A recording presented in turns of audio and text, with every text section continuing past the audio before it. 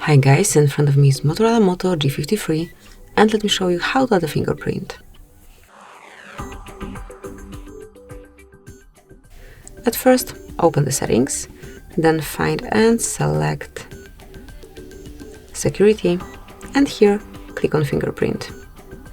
Now you need to set some backup to your fingerprint. It can be pin code, pattern, or the password. Let me enter, for example, pin code. If you already have one, you will not have to provide it right now. Then personalize your notification content. And now it's time to set your fingerprint up. As you can see, the sensor is located on your power button. So right here, so you can smoothly tap on it till it's fully added. Actually, the thumb would be better, but let me leave it this way. Keep tapping until it's fully added. So once the circle is finished, you will be able to use it in a normal way. Okay, so as you can see, it has been done.